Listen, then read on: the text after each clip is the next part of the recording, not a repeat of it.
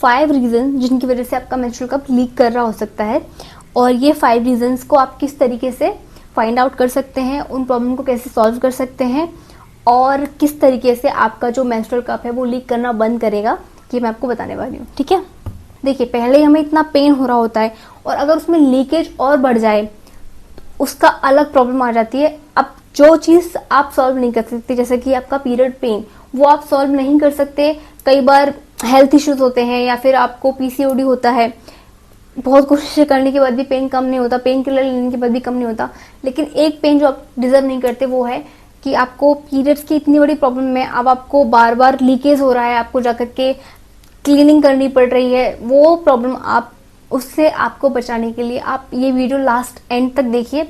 इसके बाद से मैं आपको गारंटी देती हूँ, अगर आपने 500 चीज़ें चेक कर ली, आपको मेंस्ट्रुअल कप के लीक होने की प्रॉब्लम नहीं आएगी, और अगर आएगी भी तो उसके भी सारे सॉल्यूशन मैंने आपको वीडियो के अंदर बताए हुए हैं। आपका मेंस्ट्रुअल कप जो है वो लीक नहीं होगा। तो देखिए कई बार कैसा होता है कि आपकी जो वजाइना है उसमें उसके टॉप पे सर्विक्स इस तरीके से होता है, ऐसी उसकी शेप होती है।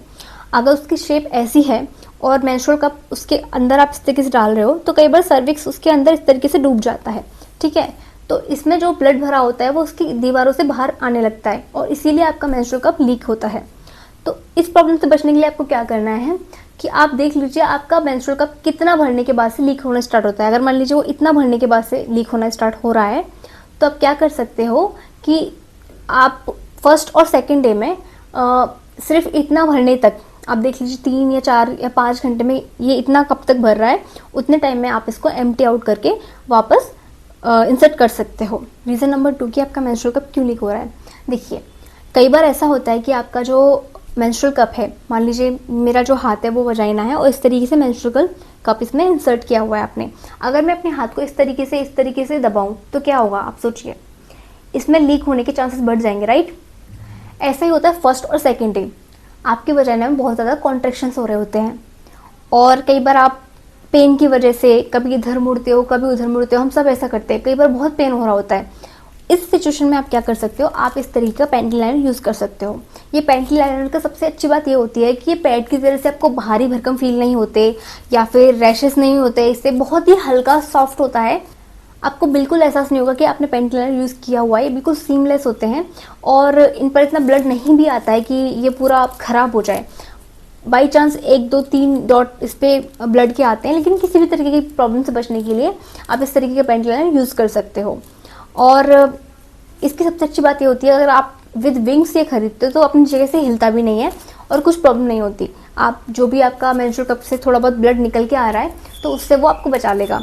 रीज़न नंबर 3 कि आपका मेंस्ट्रुअल कप क्यों लीक हो रहा है। वजाइना में जब फर्स्ट और सेकेंड डे फ्लो ज़्यादा होता है उस टाइम पे पॉसिबिलिटी है कि आपका जो कप है वो लीक करेगा। क्योंकि देखिए अगर मान लीजिए इस तरीके से आपने वजाइना में इंसर्ट किया है कप, अगर आप इसको उल्टा भी करोगे तो भी गिरेगा नहीं, क्योंकि ये सक्शन क्रिएट कर लेता है। ठीक है, तो अगर आपने इस तरीके से अपना जो मेंस्ट्रुअल कप है वो इंसर्ट किया हुआ है, तो देखिए जो सर्विक्स के अंदर से, मान लीजिए इस तरीके से यह सर्विक्स है जो इस तरीके की पोजीशन में होता है, तो सर्विक्स से जो भी ब्लड आएगा वो तो इसमें गिर जाएगा, लेकिन ये जो वॉल्स हैं, ठीक है, वजाइना की जो वॉल्स है उस पर थोड़ा बहुत जो ब्लड रह जाता है वो साइड से निकल के आता है कई बार। तो उससे बचने के लिए आप अगर पैंटी लाइनर यूज़ करोगे तो वो कुछ ही ड्रॉप होती, ज़्यादा नहीं होती, वो लीक नहीं कर रहा होता। कई बार आपका कप थोड़ा बहुत ब्लड आता है वो नॉर्मल होता है, तो वो थोड़े बहुत लीकेज के लिए आपको परेशान होने की ज़रूरत नहीं है। वो लीक नहीं हो रहा होता है आपका, सिर्फ वजाइना की वॉल से थोड़ा बहुत ब्लड आ जाता है, वो एक बार आ गया तो वो वापस से लीक नहीं करेगा। इसके लिए आप पैंटी लाइनर यूज़ कर सकते हो, जो आपका ब्लड जो थोड़ा बहुत आता है उसको कलेक्ट कर लेगा। रीज़न नंबर 4 कि आपका जो कप है वो वजाइना में ठीक से ओपन नहीं हो पाया है। देखिए कई बार ऐसा होता है, मान लीजिए आप वजाइना है और आपने कप इंसर्ट किया, ठीक है, तो आपका जो कप है वो इस तरीके से, मान लीजिए इस तरीके से आपका जो कप है वो ठीक से ओपन नहीं हुआ है, वो साइड से उसमें ये गैप है। देखिए मेरी फिंगर जो आप आ रही है इसका मतलब गैप है। तो आपने अगर चेक भी किया साइड से तो आपको लगेगा कप तो ओपन है, लेकिन कई बार ये अंदर से ओपन नहीं होता। इसके लिए आपको पूरा अंदर जाकर के चेक करना है साइड से कि हाँ कप ओपन है या नहीं। और देखिए जैसे इसमें आवाज़ आई, कई बार ऐसे आवाज़ भी आती है, और अगर वो आवाज़ नहीं भी आ रही है तो आप नीचे से, मान लीजिए ये मैं वापस करके दिखाती हूँ, मान लीजिए ये ओपन नहीं है ठीक से, ये बार बार ओपन हो रहा है, लेकिन मान लीजिए आपका जो कप है वो ठीक से ओपन नहीं हो रहा, वो इस तरीके से, तो अगर आप नीचे से इसको पिंच करोगे तो वो आराम से ओपन हो जाएगा। देखिए हो गया ना ओपन अच्छे से। तो इस तरीके से फिर वो ओपन हो जाएगा। तो आप इस तरीके से फिंगर डाल के चेक करके देख सकते हो, चारों तरफ से घुमा करके। आपको अपनी फिंगर वो अंदर तक ले जानी है और चारों तरफ से घुमा के देखना है कि ये अंदर से ठीक से ओपन हो गया है या नहीं। रीज़न नंबर 5, देखिए कई बार कैसा होता है, मान लीजिए ये आपका सर्विक्स है और ये आपकी वजाइना है, ठीक है। अब वजाइना में आपने कप को डाला और कप अगर इस तरीके से चला गया तो सारा जो सर्विक्स से ब्लड आएगा वो उसको कलेक्ट कर लेगा। लेकिन कप अगर इस तरीके से ना जाकर के यहाँ जाकर के ओपन हो गया है और ये ओपन भी हो गया है, लेकिन आपका जो सर्विक्स है वो साइड में चला गया है और इस तरीके से इसकी पोजीशन हुई है, तो सारा ब्लड नीचे से बहेगा, इसके अंदर जाएगा ही नहीं ब्लड। तो इसलिए आपको मेक श्योर करना है जब आप फिंगर डालो तो ये साइड में ऐसा कुछ फील नहीं होना चाहिए, आपको अलग से फील होगा, ठीक है। और ये आपको मुड़ा हुआ भी फील होगा क्योंकि इतनी जगह नहीं होती है। तो आपको मेक श्योर करना है कि ये सर्विक्स जो है इसके अंदर होना चाहिए। अगर इसके अंदर होगा तभी ये जो कप है आपका वो लीक नहीं करेगा। तो अगर आपने ये 5 रीजन चेक कर लिया है और उसके बाद भी अगर आपको कोई प्रॉब्लम आ रही है तो प्लीज़ कमेंट कीजिएगा, मैं आपको हर एक प्रॉब्लम का सॉल्यूशन आंसर ज़रूर करूँगी। मुझे पूरा यकीन है कि ये 5 रीजन चेक करने के बाद से आपका मेंस्ट्रुअल कप बिल्कुल भी लीक नहीं होगा। और थोड़ा बहुत अगर लीक होता है तो वो नेचुरल चीज़ों से घबराने की ज़रूरत नहीं है।